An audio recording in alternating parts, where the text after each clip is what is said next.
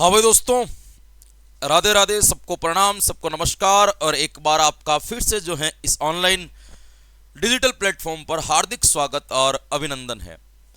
जैसा कि आप लोगों को पता है कि हमारा टॉपिक चल रहा था अधिगम के सिद्धांत, और अधिगम के सिद्धांत के अंतर्गत हमने व्यवहारवादी सिद्धांत लगभग लगभग पूरे पढ़ लिए है ना। एक आध कोई छोटा मोटा बाकी होगा तो अपन अंत में और देख लेंगे, लेकिन लगभग लगभग अपन ने इंपॉर्टेंट जितने भी थे पढ़ लिए।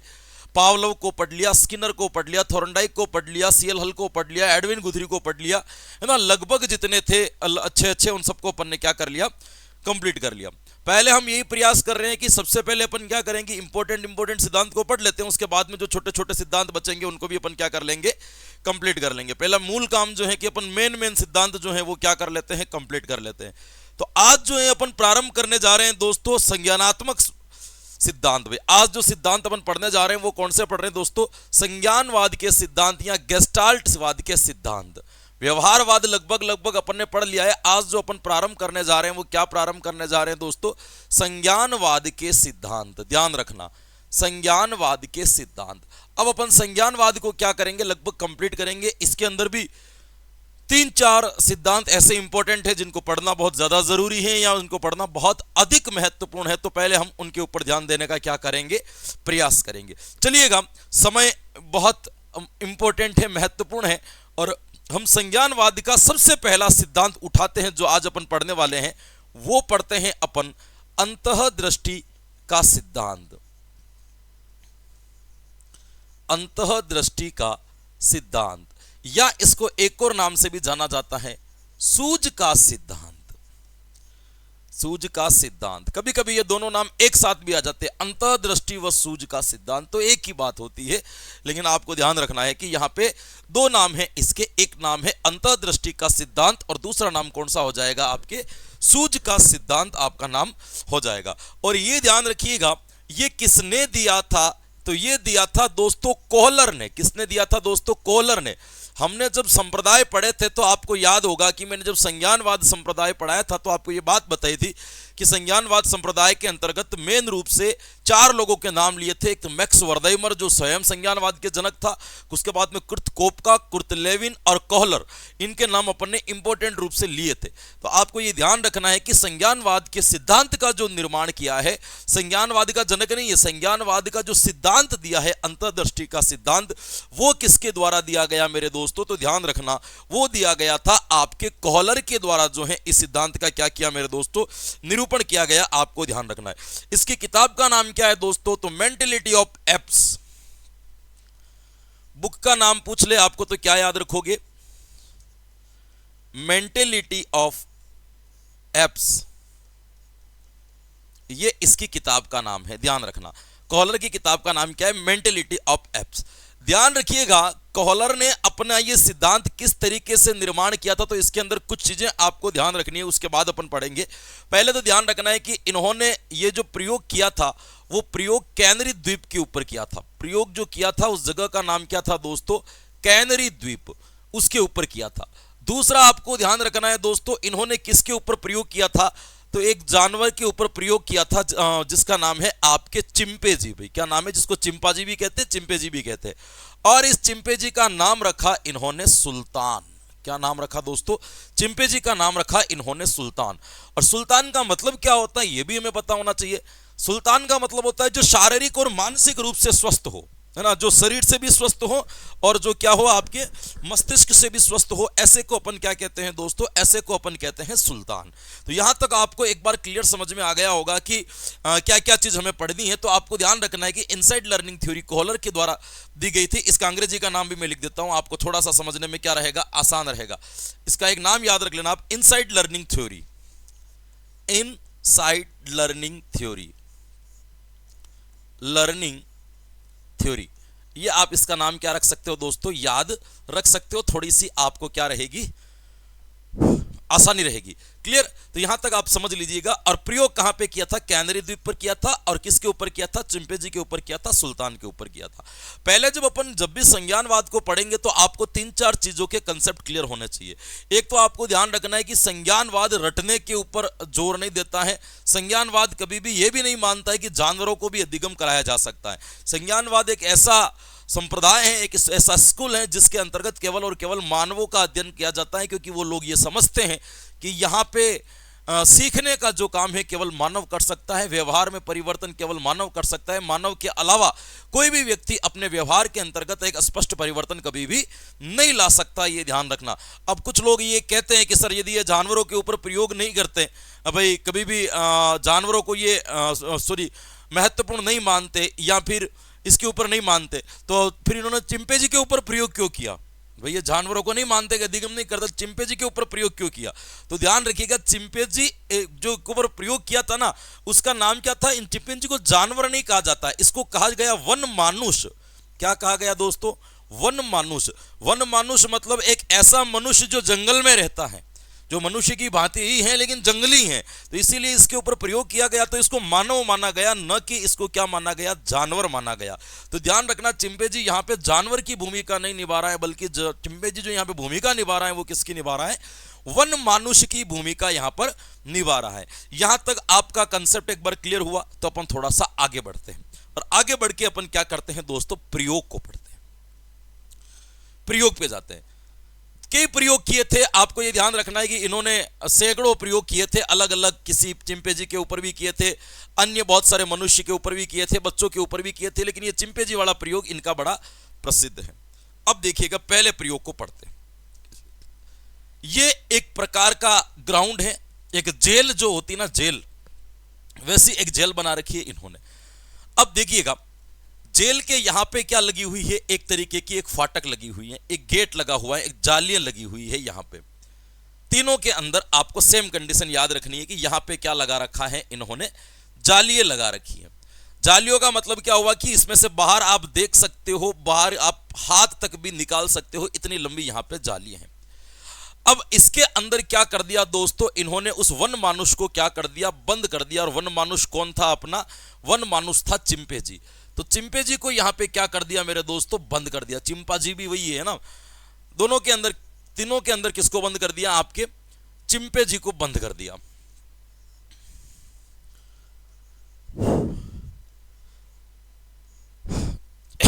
चिंपैंजी को क्या कर दिया? आपके अंदर बंद कर दिया। ये आपको थोड़ा सा क्या रखना है? ध्यान रखना है। अब देखिएगा, इसके अंदर भी चिंपैंजी बंद है, इसके अंदर भी चिंपैंजी बंद है, इसके अंदर भी क्या कर रखा है? आपके चिंपैंजी को बंद कर रखा है। अब उसने क्या किया कि बाहर इस जगह पर इन्होंने रख दिए केले। पहले प्रयोग की बात करते हैं, ये आपका पहला प्रयोग। पहले स्टेप में क्या किया? इन्होंने बाहर रख दिए केले।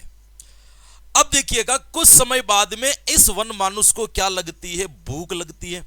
तो जाहिर सी बात है, भूख लगेगी तो ड्राइव आएगा, ड्राइव आएगा तो व्यक्ति अनुक्रिया करेगा। अब ये क्या कहते हैं कि भूख लगने पर व्यक्ति, मानव जो है वो अनुक्रिया तो करता है, लेकिन गलत अनुक्रिया ही नहीं करता है, फालतू की अनुक्रिया नहीं करता है, क्योंकि इनके पास में दिमाग होता है और वो दिमाग का यूज कर सकता है। ऐसे ही नहीं भागता है कि मैं कुछ भी कर लूं या पकड़ लूं, ऐसा नहीं है। अब देखिए, इसमें हुआ क्या था कि जैसे ही इस चिंपैंजी को भूख लगती है, तो जैसे ही इस चिंपैंजी को भूख लगती है, तो भूख लगने के बाद में चिंपैंजी क्या करता है? उस जाली से बाहर हाथ निकालता है उस केले को पकड़ने के लिए, क्योंकि केले तो उनको नजर आ रहे हैं।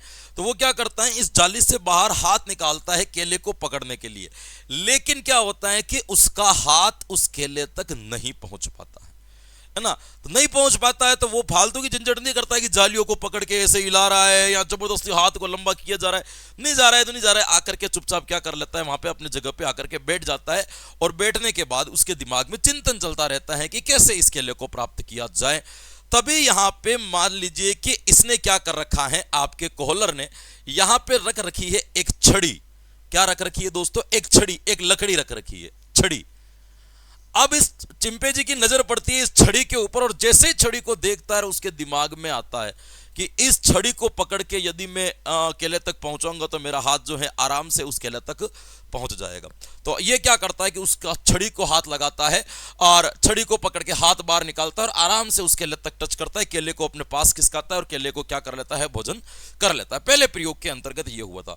यानी कि इस पहले प्रयोग के अंदर अपन सब कुछ भी देखेंगे कि व्यक्ति को लक्ष्य तक जाना था, चिंपैंजी को भोजन प्राप्त करना था, चिंपैंजी को केले तक पहुंचना था, लेकिन इसने उस केले तक पहुंचने के लिए कोई गलत प्रयास नहीं किया। एक बार हाथ बाहर निकाला, नहीं पहुंच पाया तो बैठ गया और चिंतन किया। चिंतन किया तो उसकी नजर पड़ी किसके ऊपर, छड़ी के ऊपर, और फिर उसने दिमाग लगाया कि इस छड़ी को पकड़ के यदि मैं केले तक पहुंचाने का प्रयास करूंगा तो ये छड़ी पहुंच जाएगी और मैं केले को खा सकता हूं। इसका नाम दिया इसने सूझ। क्या नाम दिया दोस्तों? इस लकड़ी को देखकर उसके दिमाग में आया कि मैं केले तक पहुंच जाता हूं, इसका नाम दिया सूझ। ये सूझ की वजह से होता है कि व्यक्ति चिंतन करता है, सूझ अचानक आती है।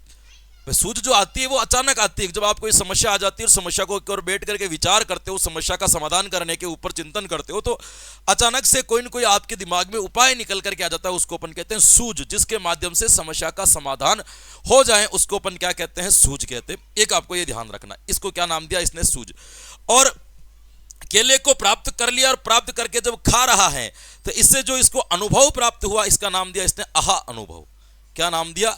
आहा अनुभव, एक एक्सपीरियंस। सूझ के द्वारा जो अपन को ज्ञान की प्राप्ति हुई, जो अनुभव प्राप्त हुआ, उसका नाम क्या दिया इसने, आहा अनुभव। एक तो ये हो गया। अब इसने क्या किया, दूसरे स्टेप के अंदर क्या किया कि यहां पे वापस चिंपैंजी को बंद कर दिया। यहां पे इसने एक छड़ी रख दी और बाहर क्या रख दिए, केले। लेकिन इस बार केले पहले वाले केले से थोड़े से ज्यादा दूर थे। अब इसमें क्या हुआ कि जैसे ही चिंपैंजी को भूख लगी तो उसकी नजर पड़ी केले के ऊपर, तो उसने सोचा कि मैं केले को प्राप्त कर सकता हूं, भाई ये हो सकता है कि मैं इस तक पहुंच सकता हूं। तो वो क्या करता है कि अब उस जाली से हाथ बाहर नहीं निकालता है। क्यों नहीं निकालता है? क्योंकि पूर्व में इसको आहा अनुभव हो चुके हैं कि हम हाथ बाहर निकाल करके इस केले को नहीं पकड़ सकते। तो वो सीधा क्या करता है, इस छड़ी को पकड़ता है और छड़ी को पकड़ते ही अपने हाथ को बाहर निकालता है और उसको पकड़ने का प्रयास करता है। लेकिन केले तो इस बार दूर है, तो उस छड़ी से भी नहीं पहुंचे। छड़ी से भी नहीं पहुंचे तो फिर वापस चिंपैंजी का दिमाग खराब हुआ, दिमाग चिंतन दुखी हुआ और दुखी होकर के, निराश होकर के, निष्क्रिय होकर के बैठ गया, छड़ी को अपने पास रख दी, चिंतन करने लगा। चिंतन करते करते उसकी नजर गई कि यहां पे आपके कॉलर ने एक और छड़ी रख रखी थी। और आपको ध्यान रखना है, इन दोनों छड़ियों को ऐसा बनाया गया था कि कैसे आपस में टच करोगे तो वो दोनों छड़ियां आपस में क्या हो जाएगी, जुड़ जाएगी। जैसे इसको दूसरी छड़ी नजर आती है और इसके अंदर वापस सूझ उत्पन्न होती है कि अब जो है मैं इस छड़ी के द्वारा इस केलों को क्या कर सकता हूं, प्राप्त कर सकता हूं। तो चिंपैंजी क्या करता है कि एक छड़ी जो अपने पास है उसको उठाता है और दूसरी छड़ी जो दूर पड़ी उसको उठाता है और दोनों को क्या करता है, टच करता है। और टच करके वो जुड़ जाती है। जुड़ने के बाद जाली से बाहर निकालता है और केले को अपने पास निकाल करके क्या कर लेता है, खा लेता है। अब यहां पे देखिएगा, जो आहा अनुभव इसको यहां प्राप्त हुए वो गलती इसने यहां दोहराई क्या? कभी नहीं दोहराई। इसने पहली बार हाथ से प्रयास ही नहीं किया, सीधा लकड़ी जोड़ी और उसके बाद में क्या बढ़ा, आगे बढ़ा। अब ऐसा ही प्रयोग इन्होंने तीसरी स्टेप में किया। तीसरी स्टेप में क्या किया, दो छड़ियां पहले ही रख दी जो इसको सीधी सीधी नजर आ रही थी और एक छड़ी थोड़ी सी छुपा के रखी जो चिंतन के बाद उसको नजर आएगी। तो इसको जब ये पता चला कि वहां बाहर केले पड़े तो केले और दूर है, तो इस बार इसने न तो हाथ से केले लेने का प्रयास किया न एक छड़ी से, दोनों छड़ियों को जोड़ा और सीधा प्रयास वही किया जो यहां पे सीखा था कि पहुंच जाएगा। नहीं पहुंच पाया तो वापस बैठ गया, फिर नजर तीसरी छड़ी पे गई, फिर तीन छड़ियों को जोड़ा और केले को अपने पास में किसका लिया। यानी कि मतलब क्या हुआ आप समझिएगा कि सूझ से जो हम एक बार सीख रहे हैं, है ना, उस गलती को दोबारा कभी नहीं दोहराया। मतलब यहां पे सीखा गया ज्ञान दूसरी परिस्थिति में भी क्या आ रहा है, काम आ रहा है। यहां से सीखा हुआ ज्ञान वापस ऐसी परिस्थिति बन रही है तब क्या आ रहा है दोस्तों, काम आ रहा है। यानी कि ये चीज हो जाती है कि सीखा गया ज्ञान संज्ञानवादियों के अनुसार एक परिस्थिति में सीखा गया ज्ञान दूसरी परिस्थिति में भी उपयोग में लाया जा सकता है, अपने आप उपयोग में आ जाता है यदि आपने सीखा किसके माध्यम से है, सूझ के माध्यम से सीखा है, तो आप उसका प्रयोग कर सकते हो। जैसे देखिएगा, इन्होंने इस प्रयोग को और बड़ा किया और बड़ा करके क्या कर दिया कि अगली बार जो क्या कर दिया, ऐसे ही बक्स लिए और ऐसे लिए बक्से लिए और उसके अंदर क्या कर दिया कि केले को यहां नहीं रखा, केले को छत के ऊपर क्या कर दिया, टांग दिया। और इतना ऊपर टांग दिया कि उसका चिंपैंजी का हाथ नहीं पहुंचे। तो वही तरीका था कि उसके ऊपर एक बक्स रखा हुआ था कि यदि वो चिंपैंजी उस बक्से के ऊपर जाएगा तो वहां पे उसका हाथ पहुंच जाएगा। तो चिंपैंजी क्या करता है, उसको पहले हाथ से लेने का प्रयास करता है, हाथ नहीं पहुंचता है तो उसके बक्से को देखता है, उसके अंदर सूझ आती है, बक्से को रखता है, उसके ऊपर चढ़ करके उस केले को तोड़ने का प्रयास करता है और खा लेता है। फिर ऐसे इन्होंने दो बक्सों का प्रयोग किया। फिर तो चिंपैंजी का एक बक्स से हाथ नहीं पूछता है, वो बक्स के ऊपर बक्स रखता है और उसके ऊपर चढ़ करके केले को क्या कर लेता है, खा लेता है। फिर तीन बक्स का ऐसे, जैसे तीन प्रयोग ऐसे किए तो वैसा का वैसा इन्होंने तीन बक्स का भी प्रयोग किया था और उसने इस परिस्थिति को कर दिया था। तो एक परिस्थिति से सीखा गया ज्ञान दूसरी परिस्थिति में भी क्या होता है, स्थानांतरित होता है, तो सूझ से सीखता है। तो कॉलर ने जब इस प्रकार का प्रयोग किया और अपने बुक्स के अंदर अपने अनुभव लिखे है ना, मेंटलिटी ऑफ एप्स के अंदर, तो इन्होंने कहा कि व्यक्ति व्यक्ति कोई अनुक्रिया के द्वारा नहीं सीख रहा है, व्यक्ति जो सीखता है वो सूझ से सीख रहा है। उसके सामने समस्याएं आ रही है, वो समस्या समाधान का प्रयास कर रहा है, उसको असफलता मिल रही है, निष्क्रिय हो रहा है, वापस बैठ रहा है और उसके अंदर फिर से किसी चीज को देख करके एनर्जी आ रही है और उस चीज को प्राप्त कर ले रहा है। फालतू की क्रिया करके वो थक नहीं रहा है। तो जब ये बात व्यवहारवादियों ने पढ़ी तो व्यवहारवादियों ने कहा कि यार ऐसा कैसे हो सकता है कि बिना अनुक्रिया से सीख रहा है। तो व्यवहारवादियों ने कहा कि देख भाई, ऐसी बात है कि आपके चिंपैंजी ने पहली बार केले को पकड़ने का जब प्रयास किया था या भोजन को लेने का प्रयास किया था तो उसने हाथ बाहर निकाला था, लेकिन उसका हाथ तो केले तक नहीं पहुंचा, तो मतलब उसने गलत अनुक्रिया तो की है। तो इसका मतलब हम भी तो यही कह रहे हैं कि व्यक्ति सीखते वक्त गलत अनुक्रियाएं करता है, तो ज्यादा कोई अंतर नहीं। उसने कहा अंतर है कि क्या अंतर है, तो व्यवहारवादियों को समझाया कि भाई तुम्हारे अधिगम में सीखा गया ज्ञान एक परिस्थिति से दूसरी परिस्थिति के अंदर स्थानांतरित नहीं होता, जबकि हम कह रहे हैं कि सूझ से सीखा हुआ ज्ञान एक परिस्थिति से दूसरी परिस्थिति के अंदर क्या होता है, स्थानांतरित होता है। तो व्यवहारवादियों ने कहा कि कैसे, हमको समझाओ, हमें भी समझना है ये चीज। तो व्यवहारवादियों के साथ में वो लेकर के गया जहां पे चिंपैंजी था। तो चिंपैंजी को जिस उसके अंदर बंद कर रखा था ना, उसके अंदर से सारे बक्से हटा दिए कि बक्से है ही नहीं आज, है ना। वो चिंपैंजी के साथ में वो खुद गया और केले जो है ऊपर टंग रहे थे और चिंपैंजी को भूख लग रही थी, बक्से हटा दिए। अब चिंपैंजी उसके पास में आया, चिंपैंजी को देखा कि भूख लग रही है, तो चिंपैंजी क्या करता है पता है आपको, कॉलर के ऊपर चढ़ करके कंधे पे और उस केले को तोड़ करके खा लेता है। फिर कॉलर कहता है कि देखो हुआ कि नहीं हुआ। चिंपैंजी को पता है कि ये केले इतने ऊपर हैं कि इस पर चढ़ने के लिए नीचे कुछ हाइट की जरूरत पड़ेगी। जैसे ही इसने मुझे देखा ये मेरे ऊपर चढ़ करके केले को क्या कर रहा है, तोड़ रहा है, तो इसका मतलब इसने तो बक्से के साथ में अधिगम किया था, फिर मेरे कंधे पे चढ़ के कैसे केले को तोड़ रहा है। तो इसी को कहते हैं कि एक परिस्थिति में सीखा गया ज्ञान दूसरी परिस्थिति के अंदर स्थानांतरित होता है, वो आपका ज्ञान कहलाता है सूझ। ध्यान रखना, सूझ का जन्म तभी होता है जब हमारे सामने समस्याएं आती है। जब समस्याएं आती हैं हम उसको समाधान करने का प्रयास करते हैं, तो जब हमें उचित समाधान मिल जाता है अचानक सोचते सोचते, तो उसको अपन क्या कहते हैं, सूझ। हमारे जीवन में कई बार ऐसी घटनाएं घटती हैं जो सूझ आधारित होती हैं। जैसे कोई एक समस्या हमारे जीवन में आन खड़ी होती है, जिसके ऊपर अपन पहले तो देखते हैं कि ये क्या मुझसे समाधान होगा कि नहीं होगा। हम उस चीज को क्या कर लेते हैं, बंद कर लेते हैं। बंद करने के बाद उसके ऊपर चिंतन करते हैं, हमारा अचेतन मन उसके ऊपर सोचता रहता है और सोचते सोचते एक समय के बाद में उस जगह पर या उस लक्ष्य पर पहुंच जाता है कि जिससे इसका समाधान हो जाए। जैसे देखिएगा, आप गणित के सवाल करते हैं तो कई बार अपन ने एक बार गणित के सवाल को करने का प्रयास किया, लेकिन उस गणित के सवाल का सही उत्तर नहीं निकला। तो हमने क्या कर दिया, उस किताब को बंद कर दिया। बंद करने के बाद सोचने लगे कि यार ऐसा क्यों हो रहा है, इसका उत्तर क्यों नहीं निकल रहा है। हम 2-5 मिनट सोचा, चिंतन किया, फिर अपन तो भूल गए, लेकिन अचेतन मन तो 24 घंटे काम करता है, तो वो उसके ऊपर क्या करने लग गया, विचार करने लग गया। फिर अपन रात को सोए थे और रात को सोते सोते अपन को क्या करते कि वो चिंतन तो कर ही रहा है, अचानक से एक आइडिया आता है, अरे यार उस सवाल के अंदर में इस तरीके से घटा करके ऐसे अगर गुणा करता तो उसका उत्तर आ जाता। दौड़ करके जाते, किताब खोलते, उसी सवाल को लेते, उधर से गुणा करते और अपने आप क्या आ जाता है, उसका समाधान आ जाता है।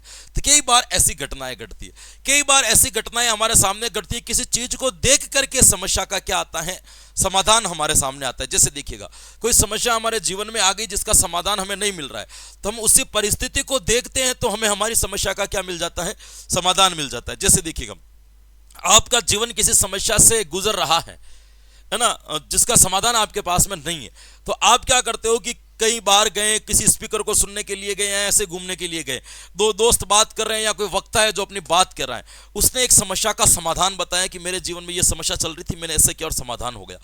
अब आपके दिमाग में आएगी इससे मिलती जुलती समस्या ही मेरी, उसकी बात सुनकर के आपको पता चला कि अब मैं मेरी समस्या का भी समाधान कर सकता हूं। यदि इसने कर दिया तो मैं भी अपनी समस्या का क्या कर सकता हूं, समाधान कर सकता हूं। अब इसमें सिस्टम क्या है जो समझने की कोशिश करना, कि हमारे अंदर सूझ तभी उत्पन्न होती है जब समस्या समाधान की परिस्थितियां स्पष्ट हो।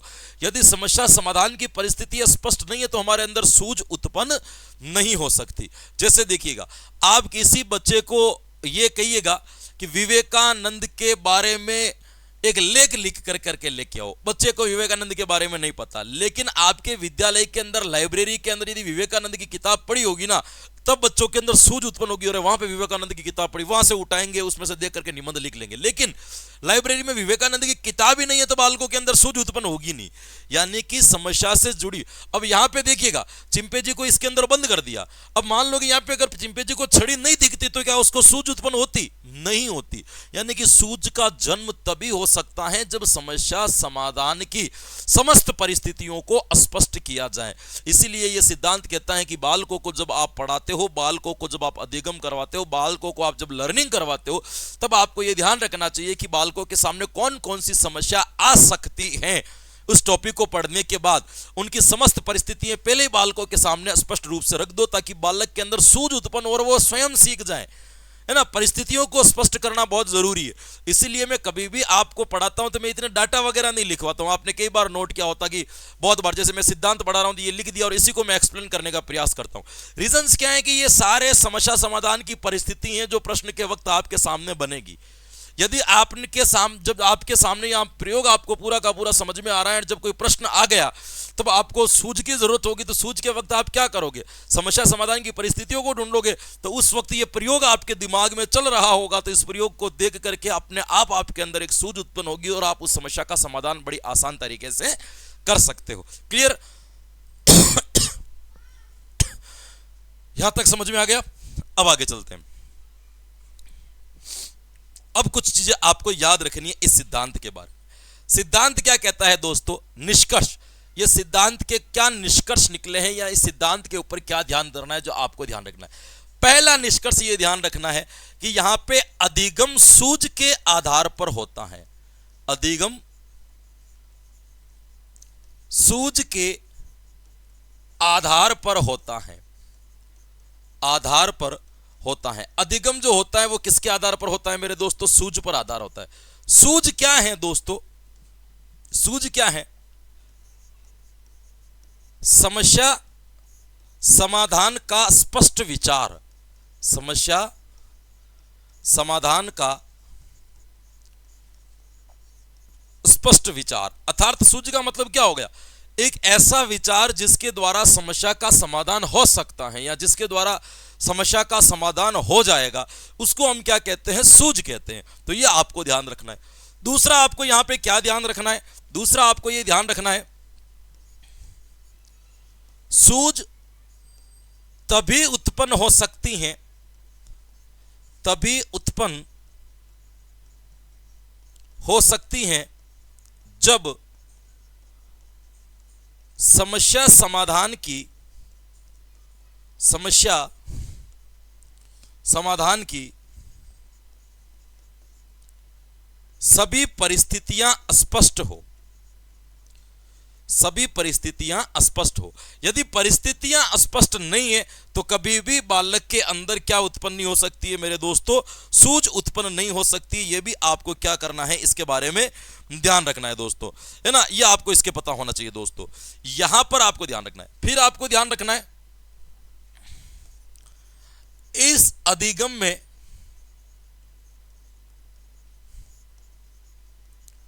अन्वेषणात्मक व्यवहार अधिक प्रकट होता है।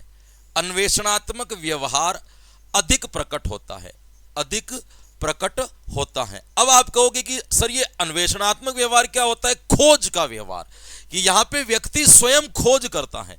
ये आपको क्या रखना है? ध्यान रखना है कि स्वयं क्या करता है? खोज करता है। यानी कि आप ये कह सकते हो कि ये एक ऐसी परिस्थिति या एक ऐसी लर्निंग है कि शिक्षक को केवल बालकों के सामने समस्या समाधान की परिस्थितियों को रखना है, सीख तो बालक खुद जाएगा। यानी कि स्वयं करके सीखने पर आधारित ये मेथड है कि, है ना, इसको आप सीखा जा सकता है। ये आपको क्या रखना है दोस्तों?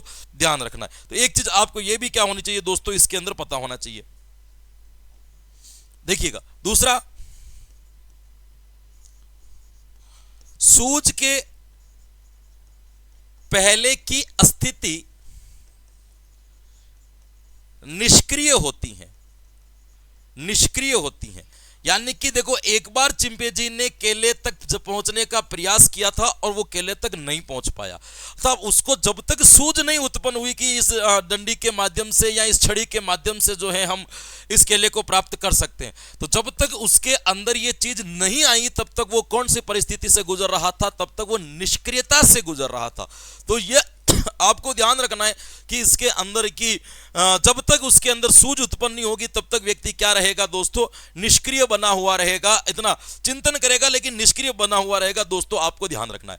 फिर एक ध्यान रखना है, सूझ का जन्म आकस्मिक होता है।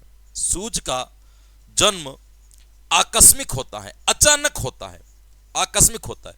जैसे ही आपको परिस्थिति नजर आती है, अपने आप क्या हो जाता है, समाधान हो जाता है। जैसे ही आपको कोई एक ऐसी चीज नजर आती थी कि हाँ इससे मेरी समस्या का समाधान हो रहा है, अपने आप आपके अंदर एक समझ, अपने आप आपके अंदर एक सूझ क्या हो जाती है मेरे दोस्तों, विकसित हो जाती है। इस चीज का भी आपको क्या रखना है, ध्यान रखना है कि सूझ का जन्म जो होता है वो आकस्मिक होता है, ये आपको ध्यान होना चाहिए। क्लियर? ये इनके निष्कर्ष हैं, ये इनकी क्या कहलाती है दोस्तों, विशेषताएं कहलाए। आपको ये क्या रखना है दोस्तों, ध्यान रखना है। फिर आपको ये ध्यान रखना है, इस सिद्धांत से सीखा गया ज्ञान या अधिगम अस्थायी होता है। अधिगम क्या होता है दोस्तों, अस्थायी होता है। कि इसकी इस सिद्धांत से, यदि आपने सूझ से सीखा है तो अधिगम क्या होगा, अस्थायी होगा। क्यों होगा? क्योंकि ये सिद्धांत करके सीखने पर आधारित है। जब आप किसी चीज को स्वयं करके सीखते हो, करके सीखने पर आधारित, जब आप किसी चीज को स्वयं करके सीखते हो तो इसका मतलब यह हो गया कि आपने किसी चीज को स्वयं करके सीखा है, तो आपको जो अनुभव प्राप्त होते हैं वो भी प्रत्यक्ष प्राप्त होते हैं। आप खुद अनुभव को प्राप्त करते हो, और किसी चीज के अनुभव यदि आप स्वयं प्राप्त कर रहे हो तो इसका मतलब यह हो गया कि सीखना थोड़ा सा आसान हो गया होगा, और सीखा गया ज्ञान भी हमारा क्या रहेगा, अस्थायी रहेगा।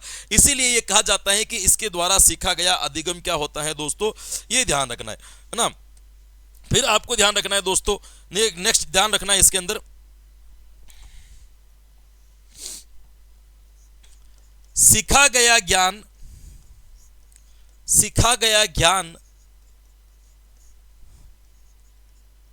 नवीन परिस्थिति में स्थानांतरित होता है, स्थानांतरित होता है, स्थानांतरित होता है। यानी कि एक परिस्थिति में सीखा गया ज्ञान दूसरी परिस्थिति में भी क्या आता है मेरे दोस्तों, उत्पन्न होता है। फिर आपको ध्यान रखना है, सूझ उत्पन्न होने में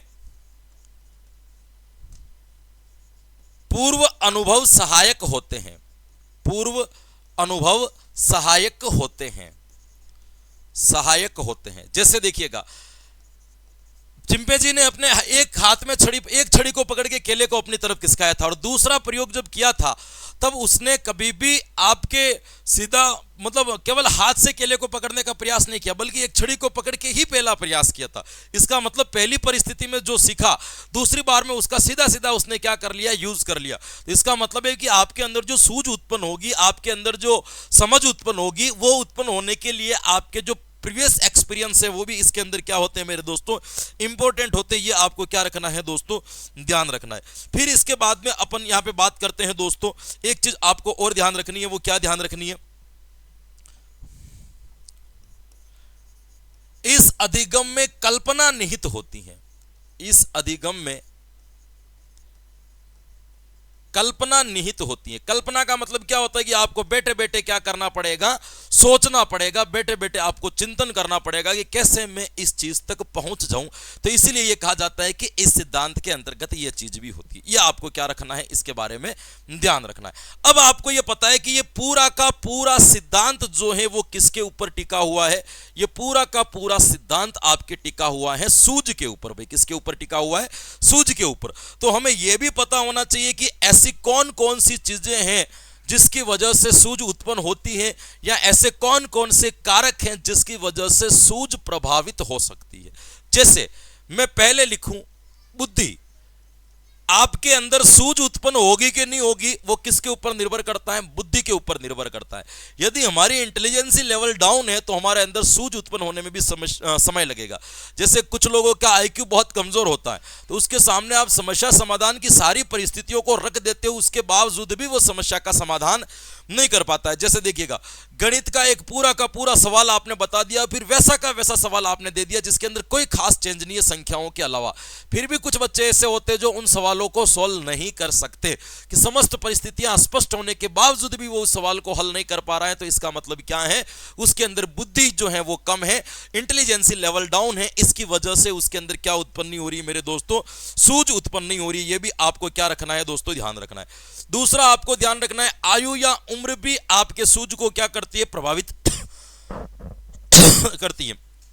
कभी कभी हमारे अंदर जिस लेवल की परिपक्वता चाहिए वैसी परिपक्वता हमारे अंदर नहीं आई है, तो हम उस लेवल का समाधान नहीं कर सकते हैं।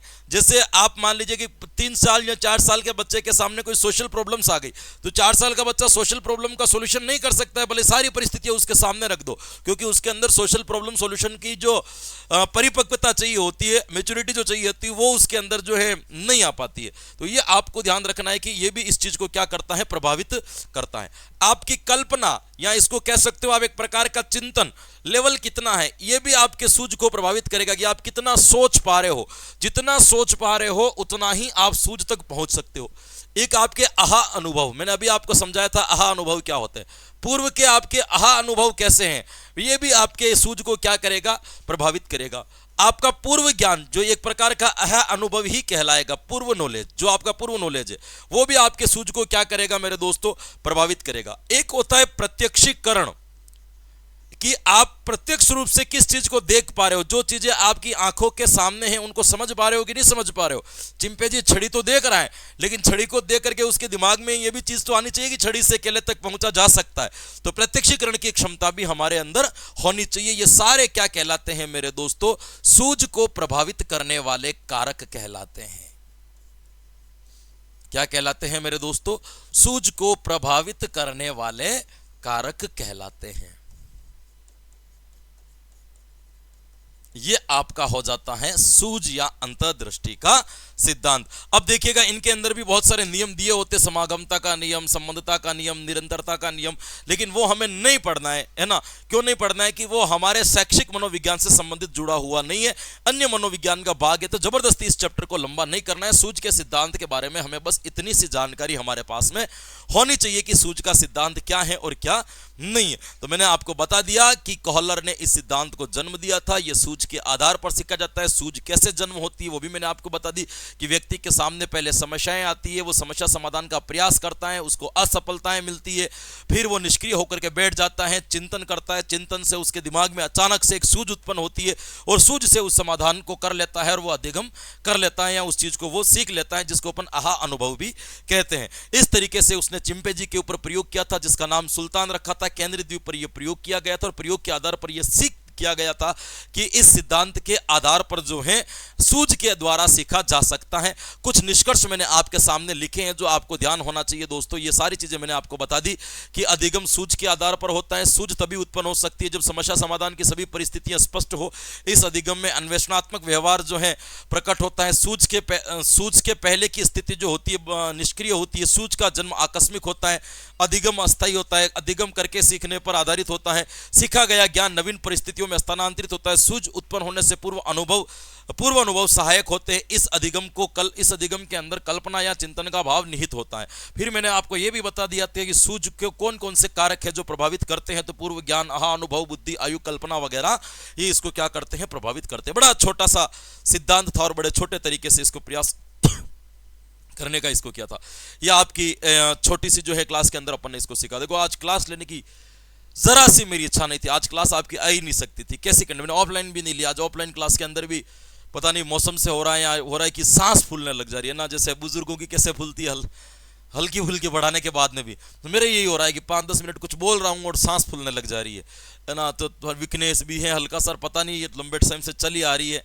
या तो उम्र की एक सीमा पार कर चुके हैं तो बीमारियों का आगमन हो रहा है, या फिर पता नहीं किस वजह से हो रहा है, लेकिन हो रहा है। तो इसी कंडीशन में नहीं था। तो सांस भूलने के बाद भी मैंने कॉन्फिडेंस को डाउन नहीं किया और आधे घंटे की क्लास आपको पढ़ाई है कि कम से कम आपकी क्लास की नियमितता न छूटे या आपकी कम नहीं। बाकी एक प्रयास भी नहीं। सब लोग मना कर रहे थे, घर वाले भी मना कर रहे थे, मत पढ़ा आज रहने दे, वैसे भी हो रहा है तो आराम कर ले। लेकिन ऐसा नहीं है। तो हम बड़ी नियमितता को नहीं तोड़ना चाहते क्योंकि हम खुद कहते हैं लॉ ऑफ रेगुलरिटी सक्सेसफुल का मेन लॉ है या मेन पावर है। तो हम अपनी रेगुलेटरी को कैसे तोड़ सकते हैं दोस्तों। तो बिल्कुल आपको क्लास कैसा लगी, थोड़ी सी डाउन क्लास हो सकता है कि मेरी तबीयत की वजह से एनर्जी डाउन रही हो, या रही तो नहीं है वैसे, लेकिन फिर भी हो सकता है कि रही हो। तो शायद स्वीकार करें और क्लास कैसे लगी कमेंट करके जरूर बताएं, और क्लास अच्छी लगी हो तो अपने दोस्तों तक जरूर पहुंचाएं। तो आशा करते हैं कि आज की क्लास में जो कुछ भी पढ़ा, सीखा, जाना, समझा, याद किया वो आपके आने वाले परीक्षाओं के अंदर बहुत उपयोगी और लाभकारी सिद्ध होगा, ऐसी मैं आशा करता हूं। ऐसा मुझे विश्वास है। तो हंसते रहे, मुस्कुराते रहे, प्रसन्नचित रहे, आनंद में रहे, मजे लेते रहे, लेकिन साथ साथ में अपनी तैयारी को भी जोरों और शोरों से जारी रखें। कल फिर मिलेंगे कुछ नए कंटेंट के साथ में। तब तक के लिए मुझे दीजिए आज्ञा। Thank you so much. Radhe Radhe and जय हिंद।